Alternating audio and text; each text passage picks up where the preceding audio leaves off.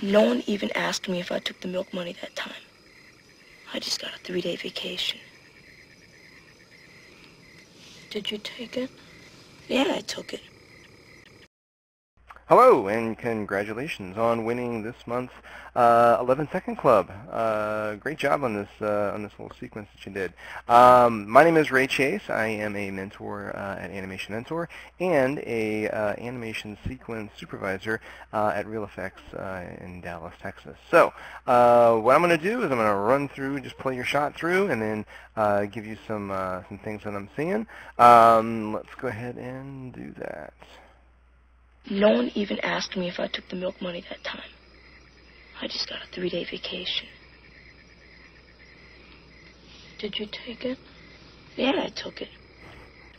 Cool. So like I said, I think this turned out really, really cute. I think the acting choices that you have in the boy are pretty fun. He reminds me a lot of Dash when he's kind of down in this little bit right here. So cool. So a couple things to think about. All right, so we talk a little bit about some of the body stuff here. I think on this move here, as he's coming across, if you look at the nose on the character, let me pick a different color. Let's go with that. It feels like it plateaus ever so slightly just in this area. And what I'm thinking here is if on this one frame, if you were to like overshoot the head, like just translate it up ever so slightly so you're getting just a little bit more of a rise right before it drops down. One, I think it will help to separate the head from what the chest is doing just a little bit more.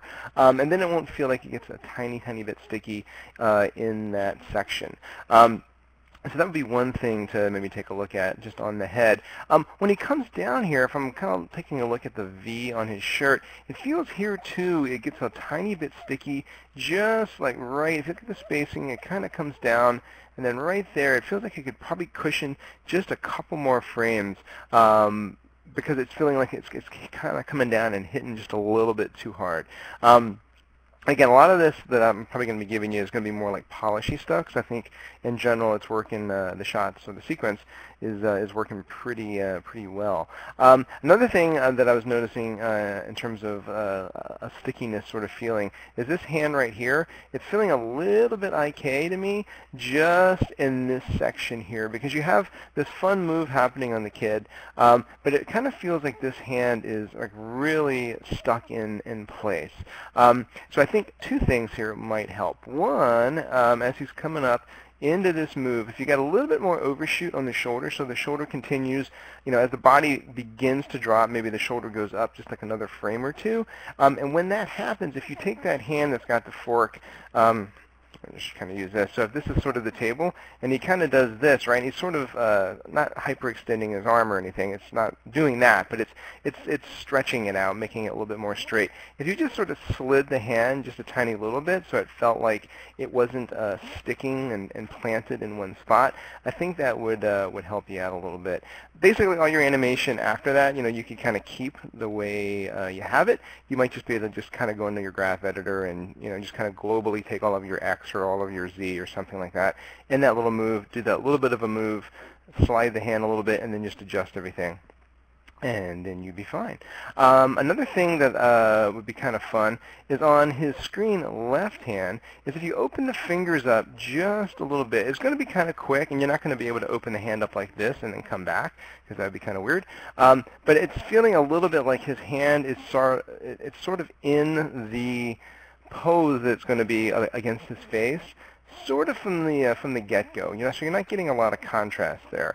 And I think if you just sort of loosen the grip on the hand, so if his hand's like this, and maybe you even loosen it a little bit here, you don't have to be quite as open as my hand, but if you bring the hand up so it's not quite as coiled, the fingers aren't rolled quite as much, and then you sort of bring it in and it smushes in, the hand will sort of smush like it's anticipating taking the face, taking the weight of the head, and it'll give you some place to kind of go with that hand pose, because right now you're not really getting a lot of contrast there. So that would be something to maybe take a look at. Okay. The last little thing, just in terms of body sort of things I was noticing is when he's doing this move here, And you might have it in there. It might be just kind of subtle. Right before he smashes the fork in, so he lifts up with the fork, but right before, I'll kind of do this sort of slow, so you can sort of kind of see it. But right before he goes in, if you were to like mash the fingers like he's tightening his grip to slam into the pancakes I'm assuming he's having, or perhaps those are cookies. I don't know. Some kids like to eat cookies with forks. They're weird kids, but they do. Yeah, that might be kind of nice. Might be like a nice little detail to kind of squeeze the hand just a little bit to get a little bit, again, to make it feel like, you know, he's engaged with holding the utensil. I feel like you're doing a really nice job of keeping that hand alive, though, through this beginning part. You got like little bits of movement in there, which I think are kind of fun and kind of nice. And I really like, you know, the release of the fork, and then the drop and the sort of settle that you have on the hand when it hits the table. That's all feeling really cool. Cool. So switching over to the face. All right. So if we take a look, looking at the eye mask mostly, I think the lip sync is feeling pretty nice, and the lip shapes are feeling pretty good. A couple things with the eye mask, particularly the brows. So I feel like in this move right here, it kind of feels like the brows sort of get up there, and they feel like they sort of lock off a little bit. I would cushion that a little bit, and you can kind of do it one of two ways, right? They can either kind of cushion into the pose that they're going to be in, or you can overshoot and settle. I kind of feel like an overshoot and settle isn't really what would be called for here. I think it would be more of you get up there like 80, 90%, and then you burn into that last 10% over a couple of frames. Then on the way down, what would be kind of nice is if you led a little bit more with the inners and the mids, because right now I kind of feel like the whole brow is coming down as a unit, and I think having the inners and the mids kind of leading that, and then having the rest of the brow follow would be kind of nice. Now when you get down into this section here, there's a little bit of some funkiness happening because it feels like the outer part of the screen left brow is starting to rise, while the inner part of the screen right brow is starting to go down. You have to consider and think of the brow and the eye mask. You know, everything's working together in the eye mask, and the brow, kind of thinking of it as like a unibrow, where the brow is sort of working as a single unit, so to speak. The outer part of the brow does not move that much on a normal human face. However, in animation, obviously, we do move it around a little bit, but you kind of have to hide it. You never want the outer brow kind of doing its own sort of thing, because it starts to feel a little weird. And I feel like that's a little bit of what you got going on here, is this outer brow starts to kind of rise, like he's kind of cocking his brow, kind of doing like a Spock brow. But a Spock brow is a little bit more driven by the mid than the outer. And then having this inner on the right kind of moving on its own, it just kind of makes them feel a little bit disconnected. So what you could do here is like if you like this expression here, maybe you get into this expression first, and then you could go into the earlier expression. So you go almost kind of like with like cushioning into something. Maybe you know, if you really are digging this position where he's like really angry, you get him into that first, and then you kind of soften him out of that, where, you know, he's not quite as arched in the brows, and they kind of settle down a little bit, and that might make it feel like a little bit of a nicer transition, and then it'll feel a little bit more tied together. On your eye darts, you know, it would be nice. You got a little tiny bit. I'm seeing a little bit of mid-brow moving on this guy. You can maybe get a little bit more on the screen right one, but not too much. You don't want to have too much happening in there.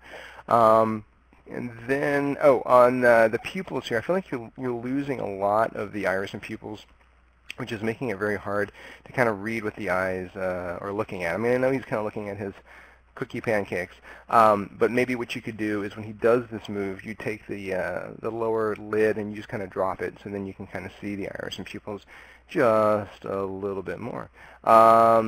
And then when you do this move, it's starting to feel again like the brows are a little bit disconnected, where it feels like the screen right one is moving a lot, and the screen left one not so much, and the screen left one kind of joins the party a little bit later.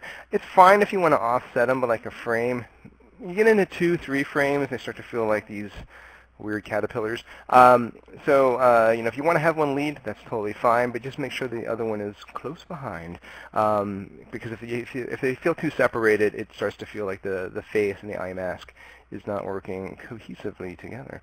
And then on this move up, you could probably cushion the brows a little bit because they hit a little bit hard, and then here too, maybe cushion them as they kind of come down. All right, so let's move on to shot 2 with the girl here. Oh, here we go. There she is. All right. Now in this one, I did have a little bit of an acting suggestion here. I feel like when we cut to this shot, the shot's very short, and I feel like as soon as we cut to it, we haven't really gotten a chance to really read her real well, and she starts moving a little bit too soon. So like as soon as we cut to her, she's like kind of looking off to the side. So what I would almost suggest here is you could lose the dart to the side and the head move and all of that. Just kind of keep, we cut to her and she's kind of looking at him and just kind of doing it all in the expression where she's kind of looking at him and she's like, she just kind of changes the expression without having to, well, did you? It's like we cut to her and she's like, did you? And she kind of does her moment there. That way, when we cut to her, we have time to kind of read and see her expression, which is a nice expression that she's in here at the beginning. Then, without the head and without the movement that you have and the eyes darting over, we'll be able to see the expression change a little bit more clear, where she kind of like burns into sort of like this skeptical sort of expression. You could keep the blink in there, and then I'm basically really just talking about the beginning here, and then the little move that she does, keep that just the same as you have. Similar note as into the first one, you got a nice cushion here on the brow when the brows come down. Here, when they come up, there's a little bit of that disconnect happening again, where it feels like there's a lot of movement on the screen left, and then the screen right when it feels like it's a little too late to the party. Once again, so maybe just kind of getting those a little bit closer, keeping the offset, but a little bit closer. And also, I'd be careful with the Y rotation on her head when she comes forward. It kind of feels like it kind of hits abruptly. You might want to, again, either cushion that or overshoot it. Similarly, on the body, it feels like the body comes forward here, and it gets just a little bit harsh when it comes to a stop, cushioning that as well. And for a little detail-y thing, as she kind of does this, and we get to sort of have her held here at the end, you could just get a little bit as as she kind of comes forward like that. Maybe the shoulders have a little bit of, maybe not both of them, but maybe one has a little bit more of a move up. Perhaps it's maybe this one, so she's kind of doing like this kind of a thing. But she's like, well, did you? And there's just a little bit extra life in that screen right shoulder. All right, let's go to the last shot. All right, so on the last one, okay. So let's play that one here. Yeah, I took it. Cool. Okay. So one thing with this one is I almost feel like it would be really nice if he's kind of looking at his cookie pancakes, and she's like kind of questioning him, like, well, did you take it? If he, when he comes up, if he looked at her and he's like, yeah, I took it, and then he kind of goes back down, because it feels a little bit odd that he's trying to avoid making eye contact with her, because he's being very honest, like, well, yeah, I did, I'm not really ashamed of that, I took it, I'm just mad that I got in trouble. So that would be a little bit of an acting change for you here that I would suggest maybe giving it a go. And also the head position that he's in here, the orientation of the head and the orientation of the head here is really nice. I really like where he is here. By having him look at her, I would almost keep the rotation of the head sort of similar to what you have at the beginning and the end. So if he's kind of sitting there like that and he's just like, yeah, I took it, and then he kind of goes off to the side. It's kind of simplifying what's already there. Expression-wise, you could probably keep a lot of what you got going on with the brows and so forth. You may have to open the eyes up a little bit more since he would now be looking at her. The other thing, a couple other things on this one, some of the stuff that I've already sort of mentioned. If you watch this hand here, just watch out for the stickiness.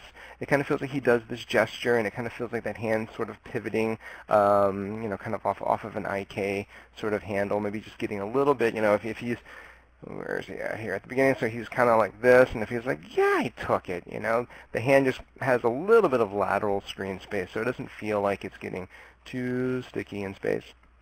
Watch out for the little bit of stickiness that you're getting in the chest and in the shoulders as he comes back. You could even add perhaps a little bit of a shrug, so if he's kind of like, yeah, I took it, you know, just a little bit of that kind of a thing, and it would help to kind of loosen him up. Also feels like you got a little bit, and it could be an optical illusion, there's a little bit of a swelling that's perhaps happening in his body. Maybe you're getting some like a feeling of like a breath in there. It might be a tad bit too much. You might just want to tone it down just a bit. And then similarly to what we were talking about before with these old brows here, is when they do come down here, it does feel like they kind of come down and they hit really hard, just cushioning that so it doesn't feel like they get down there and lock. You know, you might, again, get down there like 90% and then burn into the last little bit. But overall, I think it's, you know, it's a fun little sequence. A couple little acting things I think could make it just a little bit stronger. But then everything else is really just, you know, some extra polish on there, because I think it reads really nicely. And the expressions that you're getting on the character and the attitude is feeling fun. So congrats again, and good luck to you and on all of your animatings, and take care.